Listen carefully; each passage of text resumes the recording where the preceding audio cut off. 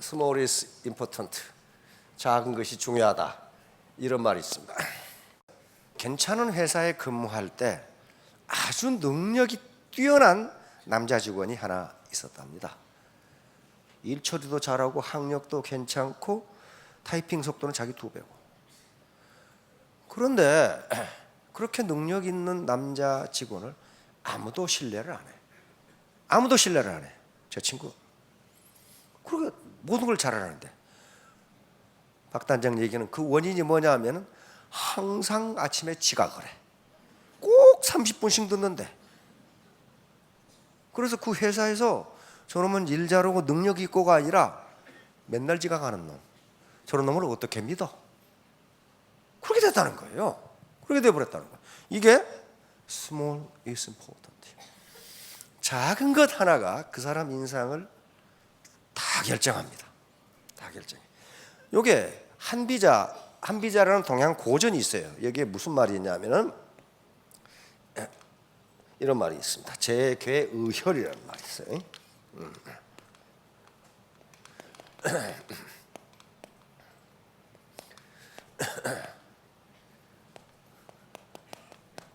그러니까 이게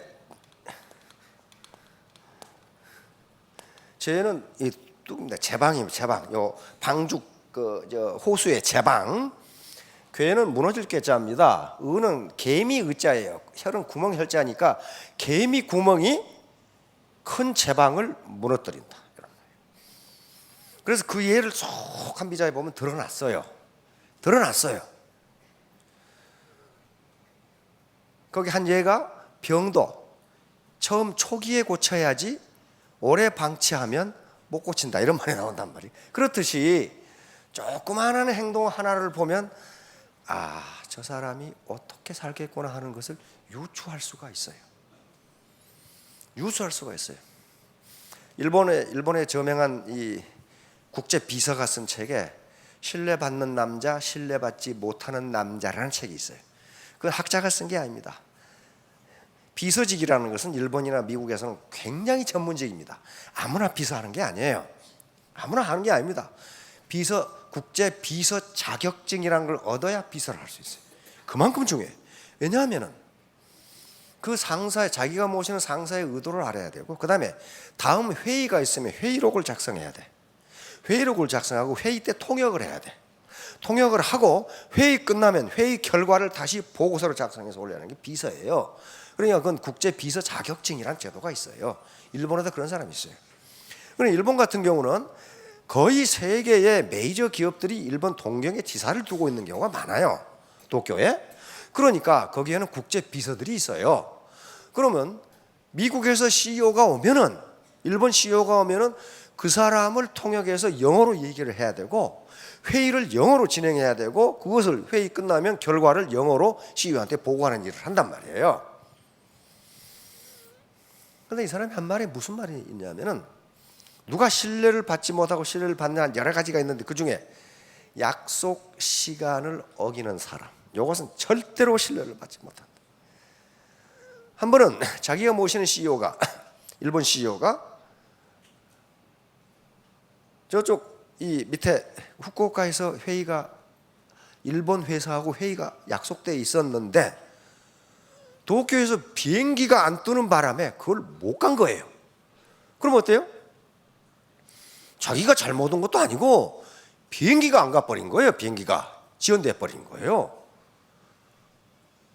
그런데 그건 자기 사정이고 상대방 입장에서 보면은 몇 시간을 낭비한 거예요. 지금 상대방 가서 기다리니까. 그렇죠?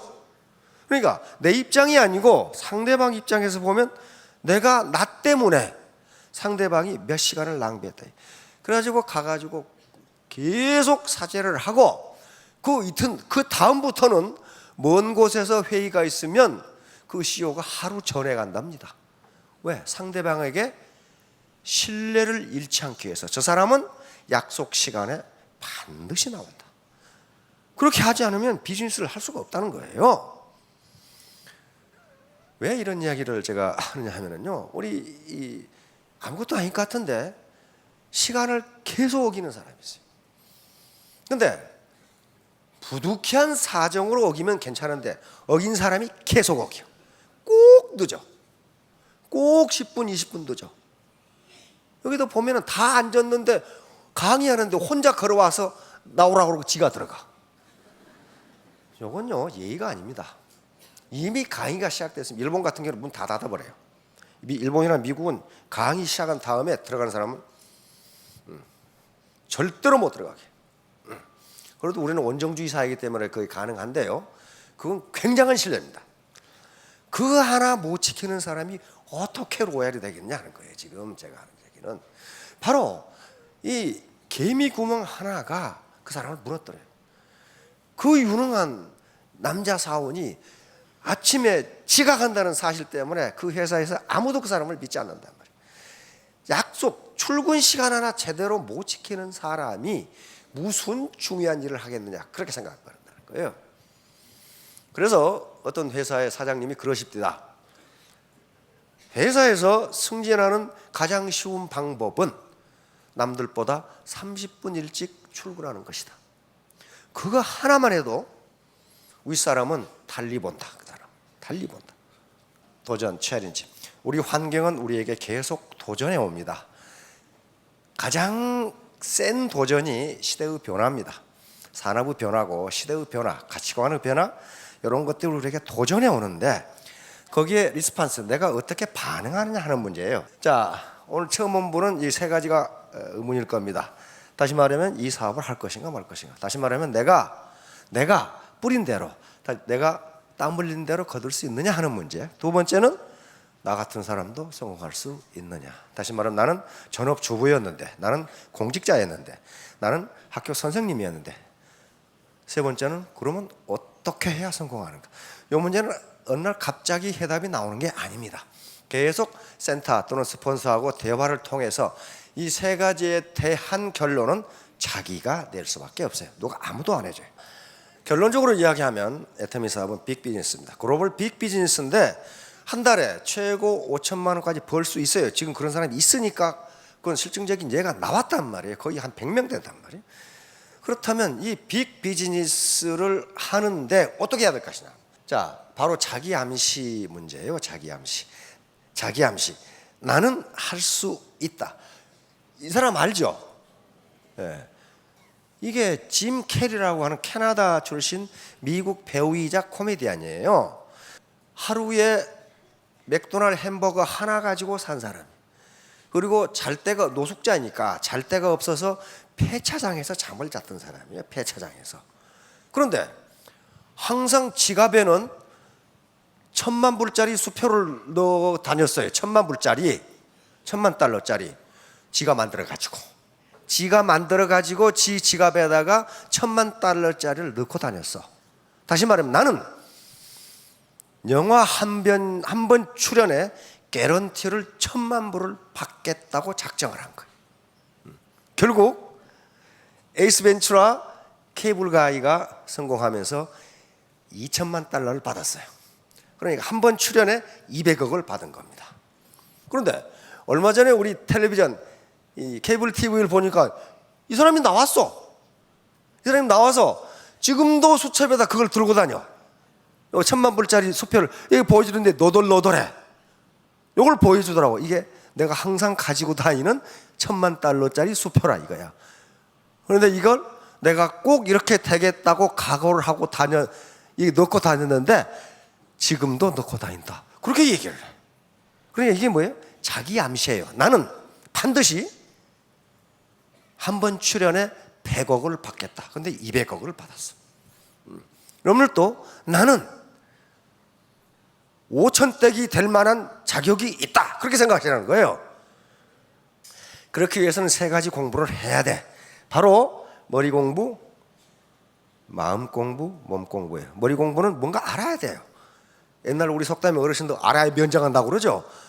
면장 시킨다고 아무나 하는 게 아닙니다.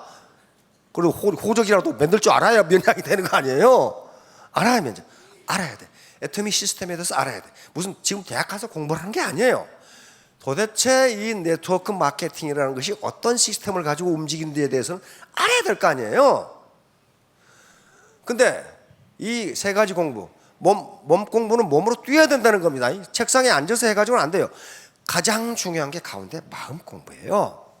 마음이 정직하지 못하고, 지난 시간에 제가 소개했죠. 우리 이회수 작가님이 나쁜 놈이란 뭐라고 그랬어요?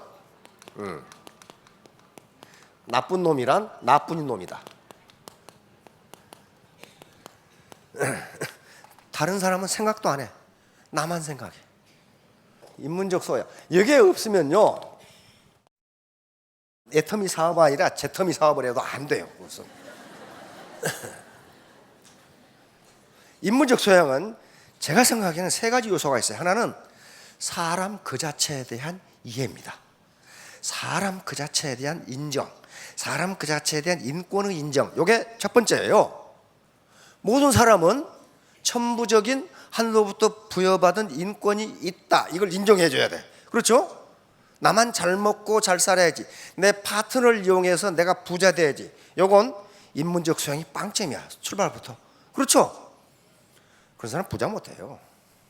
나쁜 놈이거든. 나쁜 놈. 두 번째는 사람과 사람 사이의 관계예요. 인간관계. 나 혼자 사는 게 아니잖아요. 나 혼자 살면 갓길로 달리고 길거리에 담배꽁초 버려도 상관없어요. 그렇죠? 근데 사람과 사람, 이게 지금 사회적, 인간은 사회적 동물이다, 아리스토텔레스. 그건 내가 이런 짓을 하면은 저 사람에게 무슨 피해가 돌아갈까 하는 걸 생각하는 게 두 번째 요소예요. 내가 새치기를 하면은 다른 사람이 어떤 피해를 보는가, 이게 두 번째 요소예요. 세 번째 요소는 사람 사는 세상에 대한 이해예요. 사람 사는 세상은 아리스토텔레스가 뭐라고 그랬어? 혼자 살 수 있는 인간은 신 아니면 야수다 그랬어요. 신 아니면 야수. 근데 인간이 신은 없으니까 그럼 야수다 그런 거예요. 우리가 사회를 이루고 산다는 것은 도덕적 의무를 지켜야 돼. 그렇죠? 요 세 가지를 못하면 이게 인문적 소양이 없는 사람, 무슨 역사를 안다, 철학을 안다, 그거하고 전혀 관계가 없어요. 그러니까 저것은 인간으로서의 기본 도리를 아는 거예요. 도전과 응전. 이건 아놀드 토인비의 역사 철학입니다. 문명사관이죠. 아놀드 토인비는 영국의 역사가인데, 역사를 한 국가나 한 민족의 단위로 보지 않고 문명이라는 단위로 보았습니다. 그래서 바로 문명이 발전하고 융성하고 쇠퇴하는 것은, 그것은 도전과 응전이라고 봤어요. 항상 외부 환경은 우리에게 도전해 오는데, 이 도전을 이겨내면 그 문명은 발전하고 성장한다. 그 도전을 이겨내지 못하면 그 문명은 쇠락하고 망한다 그랬단 말이에요. 여기서 문명, 그러니까 야, 이건 뭐 추상적인 얘기 아닌가? 그렇지 않고 개인이나 기업이나 조직이나 국가도 반드시 외부 도전이 있습니다. 여기 지금 우리 국민들도 마찬가지예요. 지금 1960년대부터 경제개발이 62년부터 시작해서 죽어라고 앞만 보고 한 30년, 40년 일을 했는데 나중에 딱 퇴직하고 보니까 노후 자금이 없다, 이런 문제 직면했어요. 이게 시대가 나한테 지금 도전해 온 거예요. 이걸 어떻게 극복할 것이냐. 그러니까 개인 같은 경우도 시험에 낙방한다든가, 승진에 탈락한다든가, 아가씨가 고무신 거꾸로 신고 도망간다든가, 이게 많아요. 회사도 마찬가지예요. 판매 부진이라든가 시장 점유율 감소라든가, 그리고 결국 토산한다든가. 국가도 이런 재난이 많습니다. 가뭄이나 천재지변, 전쟁, 이런 게 많은데 이걸 어떻게 극복했냐는 거예요. 그래서 토인비는 에집트 문명의 예를 들었습니다. 나일강은 계속 범람하죠. 죽어라고 논 경계 만들어서 농사 지어놓으면 홍수가 나면 싹 없어져 버려요. 황하강도 마찬가지고, 인더스강도 마찬가지고, 유프라테스, 티그리스 강도 마찬가지였어요. 거기서 세계 4대 문명이 발생한 거란 말이에요. 도전을 이겨낸 응전의 결과예요. 외부 도전에 대한 응전은 누가 하느냐? 토인비는 그걸 창조적 소수, 크리에이티브 마이너리티라고 그랬어요. 아무나 하는 게 아니다. 그러면 회사도 창조적 소수가 있어야 되지만은 가정도 창조적 소수가 있어야 돼. 그래야만 그 가정이 빈곤으로부터 탈출할 수 있어요. 개인의 입장에서는 개인이 창조적 소수가 돼야 돼. 아침에 30분 빨리 출근하는 것도 그 사람이 창조적이기 때문에 그래요. 늦게 출근하는 그놈은 창조적이지 못해. 한니발 장군이라고 혹시 들어보셨나요? 못 들어보셨으면 이 시간 이후 들어보신 걸로 그렇게 하시면 됩니다. 인류 역사상 가장 훌륭한 전략가 중에 한 분이고 전략 전술을 만들어낸 사람입니다. 로마가 이 로마와 카르타고의 전쟁이 3번 있었는데 이걸 포에니 전쟁이라고 하는데, 한니발 장군은 바로 제2차 포에니 전쟁을 이끈 카르타고의 장군입니다. 그래서 제2차 포에니 전쟁을 한니발 전쟁이라고도 할 만큼 유명한 장군입니다. 요게 지금 이태리, 요거 로마. 이건 기억하시죠? 로마예요. 지금 이태리 이쪽, 여기가 로마가 있어요. 로마가 있고, 로마가 이렇게 주변의 도시 국가와 동맹을 맺어서 로마가 지배하고 있습니다. 그런데 카르타고는 지금 북아프리카, 지금 튀니지에 있는 거 여기에요. 카르타고가 지금 스페인 땅까지 이게 카르타고가 점령하고 있습니다. 그러면 두 나라는 뭐 때문에 싸울까요? 뭐 때문에 싸울까요? 바로 이게 지중해입니다. 지중해의 제해권을 누가 장악하느냐는 거예요. 제해권을 장악하면 통상과 무역을 할 수 있기 때문에 나라가 부강해집니다. 부유해져. 그렇죠? 그러면 이 로마와 카르타고가 지중해라는 이 제해권을 놓고 싸운 게 120년간에 걸친 포에니 전쟁입니다. 제2차 포에니 전쟁이 바로 한니발 장군이 이끄는 카르타고 군이 로마를 친 거예요. 로마를 친 거란 말이에요. 이때 한니발의 나이는 28세입니다. 바로 한니발 장군이 이렇게 생겼으니까 이쪽에는 요 스페인하고 프랑스 국경에 피레네 산맥이 있어요. 피레네 엄청나게 험준한 산맥인데 통상 고지가 3,000m 이상이야. 그럼 어떻게 해요? 백두산보다 높아요. 백두산보다 높아. 피레네 산맥이 있어. 그 다음에 이태리와 프랑스 국경에는 알프스 산맥이 있어요. 알프스 산맥은 통상 4,000m 이상이에요. 그러니까 로마의 장군들은 어떻게 생각하겠습니까? 한니발 요놈이 피레네와 알프스를 넘을 수 없으니 요 바닷가 해안 도로를 따라서 공격할 것이다. 다 그렇게 생각하죠. 여러분들이 로마의 장군이라고 생각해 보세요. 그러면 요놈이 정신 빠진 놈이 아니고서야 어떻게 3,000m 피레네 산맥, 4,000m의 알프스 산맥, 그것도 겨울이에요. 겨울에 어떻게 넘어오겠냐, 그렇게 생각했어요. 그래가지고 로마군은 요 해안가에다가 로마 군단을 배치했어. 요놈이 오기만 오면은 격파해버려야겠다. 근데 한니발은 너희 거기 기다리고 있겠지. 그러면 나는 딴 길로 간다 하고 피레네 산맥을 넘고 겨울에 알프스를 넘었어. 역사상 최초예요. 나중에 나폴레옹이 넘었지만은 그것도 한니발이 넘었었고, 나폴레옹은 여름에 넘었거든. 근데 한니발은 겨울에 넘었어.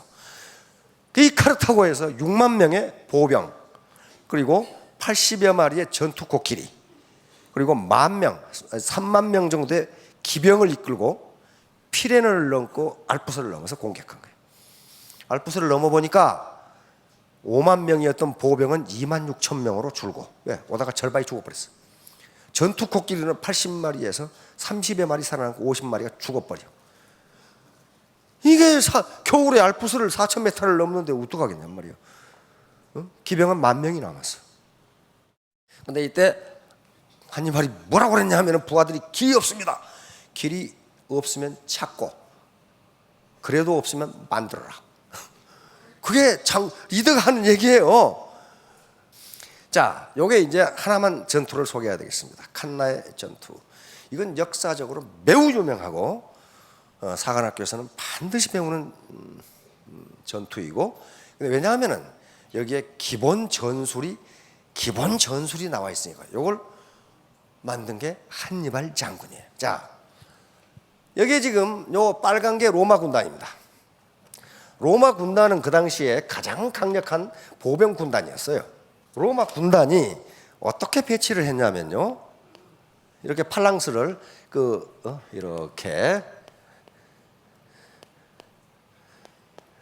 이렇게 로마 군단을 배치를 했습니다. 여기에 또 이제 이렇게 있겠죠. 그래서 로마 군단은 이 앞에다가 경무장 보병을 배치하고, 여기다가 중무장, 경무장이고 중무장 보병을 배치해서 중앙 돌파를 해서 카르타고, 이때 로마 군단은 8만 명이고 카르타고군은 4만 명밖에 되질 않아. 4만 명, 절반이에요.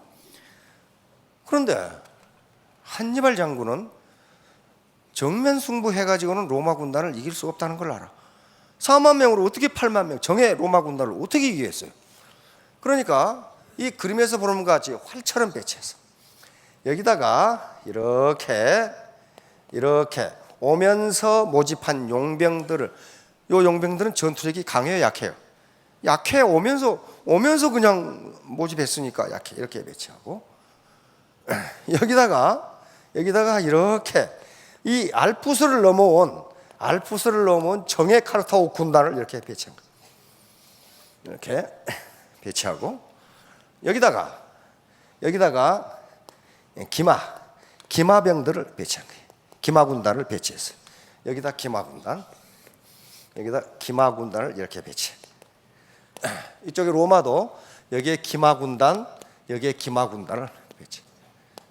근데 로마는 보병 중심이기 때문에 기마전에는 약해. 말 타고 전투하는 게 하루 이틀에 되는 일이 아니에요. 말 타기도 어려운데 거기서 전투를 해야 돼. 그러니까 훈련이 필요해.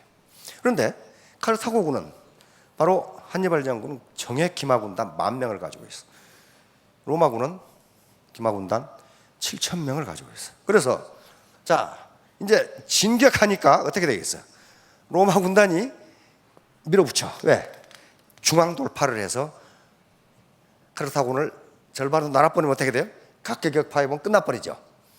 그러기 위해서 밀어붙여.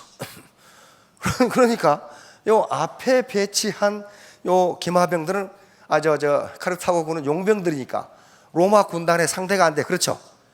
안 되니까 계속 저항하지만은 이놈들은 계속 밀리겠죠.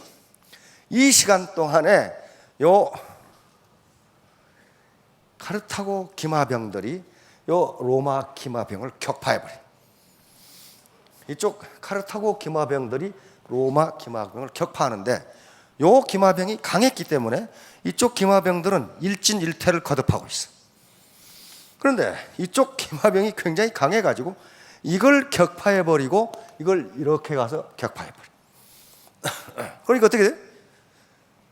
로마 기마병들은 걸음아 날 살려라고 도망가 버려. 왜? 카르타고 기마병의 상대가 안 돼. 도망가 버려. 그러면 카르타고 기마병이 로마 기마병을 쫓아가는 게 아니고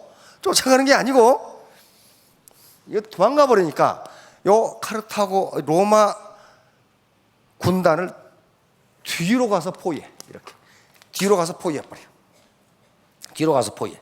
그 다음에 요놈들은, 중앙에 약한 놈들은 뒤로 밀리죠. 예, 로마 군단은 정예병들이니까 밀리는데 요놈들이 강한 놈들이야. 알프스를 넘어온 최정예병들이야. 그러니까 이놈들은 안 밀리고 밀고 나가. 이놈들은 양쪽 옆에서. 그러니까 어떻게 돼? 이렇게 돼. 이놈들이 밀어. 그러니까 이놈들은 밀리는데 요 기마병은 양쪽 가서 치고, 로마 기마병이 물러가니까 이 기마병들이 로마 군단의 뒤를 차단해버려. 그리고 요 카르타고 정예병들이 이렇게 해서 여기를 양쪽을 다 포위해버려. 이게 뭐예요? 포위 선멸전이에요. 역사상 최초의 포위 선멸전. 여기서 이 선멸전에서 로마 군단 8만 명 중에 6만 명이 전사를 합니다. 10,000명이 포로로 잡히고 카르타고군은 고작 6천 명이 전사해요. 이렇게 뛰어난 전술을 여기서 구사한 거예요. 이 작전을 뭐라고 부르냐면, 그러니까 예, 망치와 모루 작전이라 그래요. 저 대장간에 가면은 망치로 모루에 놓고 치잖아요. 그러면 아무리 강한 새도 어떻게 됩니까? 다 연마가 돼. 그러니까 바로 요 뒤에 기병이 이리 가서 도망가지 못하도록 모루 역할을 한 거예요. 요 보병들이. 그리고 기병이 와서 뒤에서 쳐버린 거죠. 그러니까 이 망치로 때려버리면 이게 아무리 강한 새라도 다 연마가 돼, 발려져. 자, 이렇게 해서 4만 명을 가지고 8만 명을 격파해 버립니다. 이게 뭐예요? 도전과 응전이.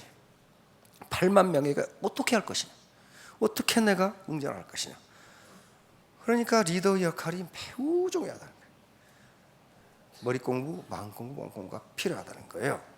틈이 사업에서 망치와 모루는 뭐냐 이거야. 요 모루는, 이게 모루가 약하면 어떻게 돼? 망치로 때려부는 지가 부서지겠죠. 모루는 회사입니다. 회사가 강해야 세게 쳐도 안 부서져요. 그러면 요 적군이라고 된 것은 적이 아니고 고객입니다.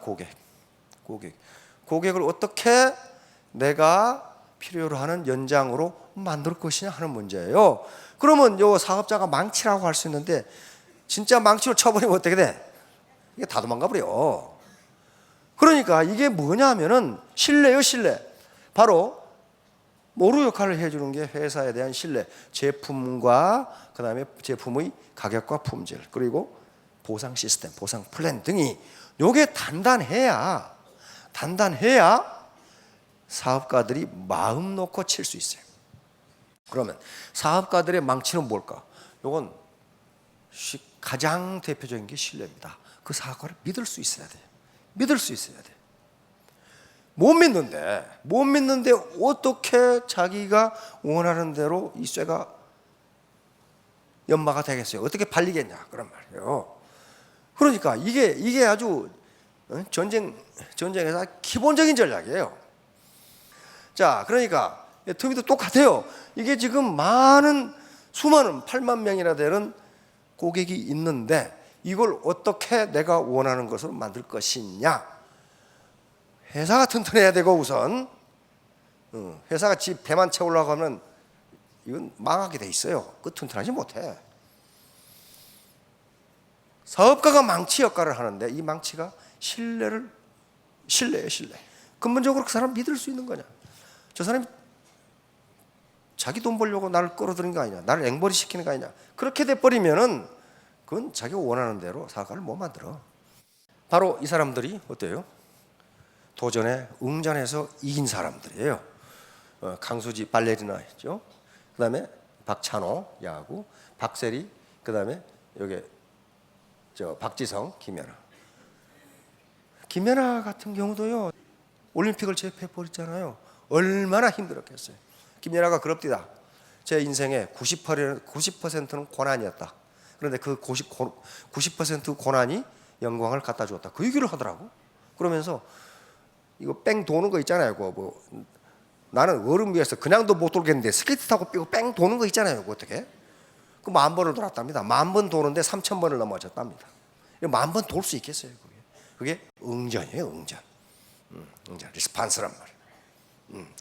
그러니까 모델료 한 번 출연하는데 10억 받는다. 아이고 연하는 좋겠다. 여러분 10,000번 돌아봐요. 정신이 뱅글뱅글 돌지 이게. 그렇게 해서 얻은 거란 말이에요. 절대로. 그러니까 자기 인생의 90%는 고난이었는데 그 고난이 영광을 갖다 줬다고 얘기를 한단 말이에요. 자, 이게 이렇게 되는 게 그냥 될 것 같냐 이 말이에요. 절대로 안 돼요. 얼마나 고난을 거쳐야 이게 이렇게 되겠냐. 심지어는 다이어트까지도 고난을 거치지 않으면 안 됩니다. 세상에 공짜는 없어요. 외부 도전에 과감하게 응전하십시오.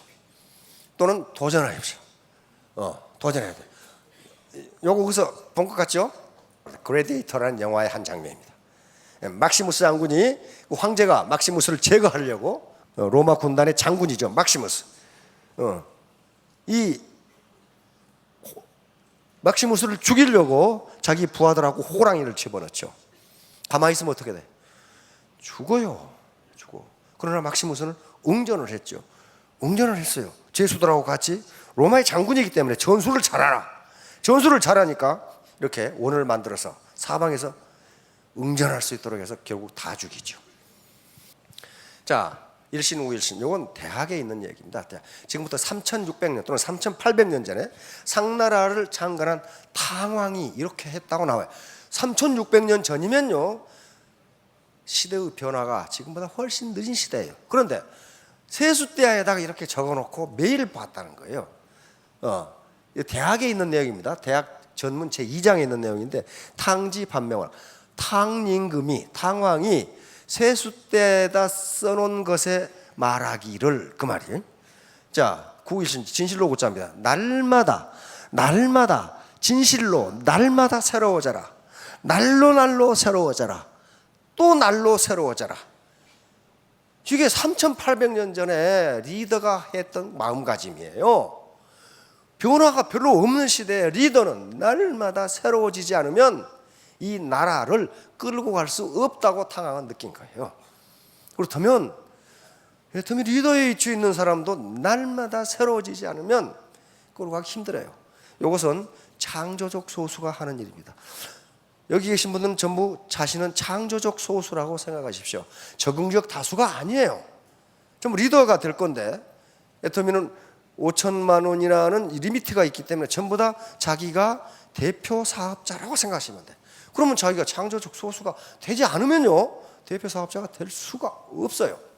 그게 바로 요 9일신, 1일신, 우일신이 말해주는 겁니다.